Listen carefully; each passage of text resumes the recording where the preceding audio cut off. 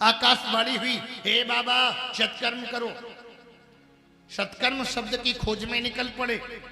एक महात्मा जी के पास गए, बोले बाबा सत्कर्म शब्द का अर्थ क्या है? अब बाबा जी जाने ही नहीं तो बताऊं क्या खा? तो उन्होंने कह दिया, अब तो तुम नहीं जानते ब्रह्मा के बेटा, तो मैं क्या बताऊंगा। दूसरे महात्मा के पास पहुंचे, बोले बाबा सत्कर्म शब्द का अर्थ क्या है? उन्होंने अपने चिलवा से कह दिया था, वो नारद आ रहा है ना, कह देना गुरुदेव आश्रम में नहीं है। तीसरे महात्मा के पास पहुंचे, सत्कर्म शब्द का अर्थ क्या है? उन्होंने सिर हिला दिया, बोलते नहीं है। अरे जब आवे ही नहीं अर्थ तो मौन ही नहीं रहेंगे तो क्या करेंगे? नारद जी ने कहा सत्कर्म शब्द का अर्थ नहीं मिला। शनकादिक महात्माओं ने कहा, मां चिंतां कुरु देवर्षे हर्षं चित्ते समावह। हे देवर्षि नारद, चिंता करने की कोई बात नहीं है, मैं तुम्हें उपाय बताता हूं। श्रीमद् भागवत का आयोजन कराइए, ज्ञान और वैराग्य सुस्त हो जाएंगे।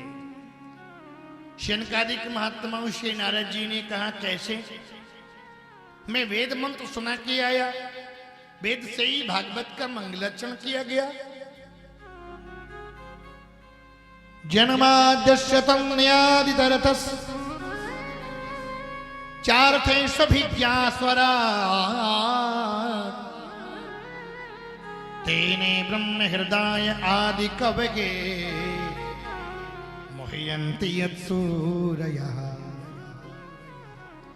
तेजो वारि मृदां यथा विनिमयो यत्र त्रिसर्गो अमृषा धाम्ना स्वेन सदा निरस्तकुहकं सत्यं परं धीमहि।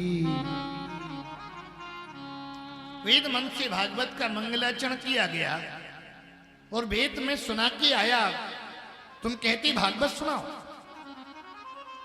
शनकादिक महात्मा बोले, जैसे 3 उदाहरण दिए। जैसे हम घी बनाते हैं तो पहले दूध में जावन डाला, फिर वो बना नैनो, फिर वो बना दही, दही को मथा, मथानी में डाल के फिर वो बना नैनू, नैनू को किया गरम, फिर वो बना घी, और घी से दीपक जलाओ, हवन कर लो, पूड़ी बनाओ ठाट से, चकाचक ठाट से पाओ।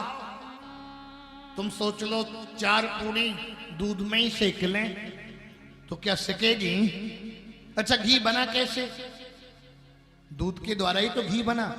जो काम घी करेगा वो काम दूध नहीं करेगा। जैसे गन्ना, गन्ने को पेरा गया, पेर करके रस निकला, उससे चीनी बनी, चीनी की चाशनी बनी, अनेक अनेक मिठाई बनी, रसगुल्ला बना, इमरती बनी, बतास पैनी बनी, लड्डू बना। तुम सोचो थोड़ा सा, ये रसगुल्ले को गन्ने में के रस में डाल दें तो क्या टेस्ट आएगा? जो टेस्ट चाशनी में आएगा वो क्या गन्ने से आएगा? गन्ने के रस से। गन्ना चूसो, तो आजकल तो गन्ना जल्दी कोई चूसता ही नहीं है, क्योंकि उस क्वालिटी के दांते ही चले गए। अब मेहनत नहीं करना चाहता कोई।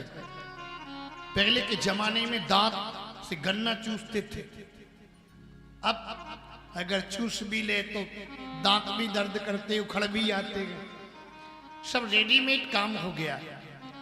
पर जो काम चीनी करेगी, चाशनी करेगी, वो गन्ना नहीं करेगा। दशहरी तुम खाओ, दशहरी खाने के बाद कहो दशहरी बड़ी मीठी है। जब दशहरी इतनी मीठी है तो पेड़ कितना मीठा होगा।